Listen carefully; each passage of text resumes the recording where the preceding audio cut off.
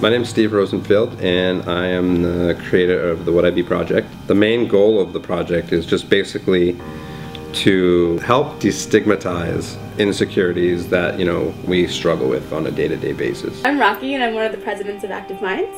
Active Minds is the group responsible for bringing Steve Rosenfield and his Would I Be project to Columbia. I mean, mental health is definitely something that's looked down upon, I think, in our society. If you have depression, if you cut yourself, if you have anxiety, or an eating disorder, or whatever, I think you're looked down upon. There are a lot of people who feel the need to kind of have this facade and that they're not allowed to share their issues of mental health, and I think that's the whole point of this. By seeing a whole bunch of your peers express their insecurities, it'll help someone who really needs the help. The reason we think it's relevant to mental health is because we're talking about the topics that are stigmatized to talk about.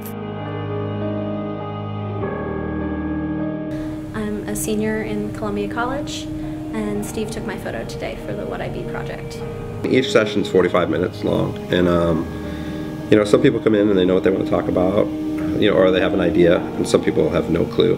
The first thing he asked me sort of when I sat down is, what is your biggest insecurity? When someone asks that question, you really start to dig deeper, and so the ideas I walked in with kind of went away, and I immediately felt comfortable with him and just started talking about some of the things that make me uncomfortable. So as we were talking, he started throwing out words, he's jotting down notes, words that might be good for the I am not my blank. He really started to formulate an idea and wrote all my ideas down and picked three words and asked me which one makes me the most uncomfortable. So I chose one, and then he looked at me and was like, is that really the one that makes you the most uncomfortable? And I was like, no, it's not. So ended up telling him the one that I felt the most uncomfortable with, and that was the phrase that we ended up going with. I actually almost canceled my sign up about 15 minutes before I came because I was frantically trying to brainstorm, what am I going to talk about?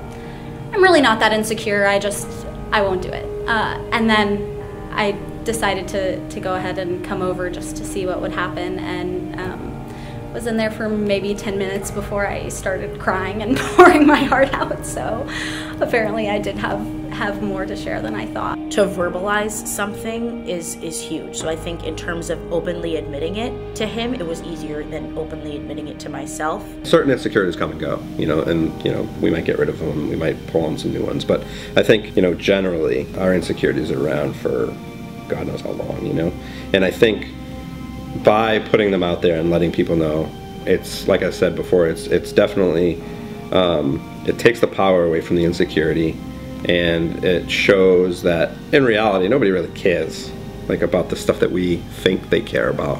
It was a really kind of cathartic and rewarding experience. I mean, Steve is so warm and understanding, and we really had a conversation that I wouldn't expect that I would be able to have with a stranger in half an hour.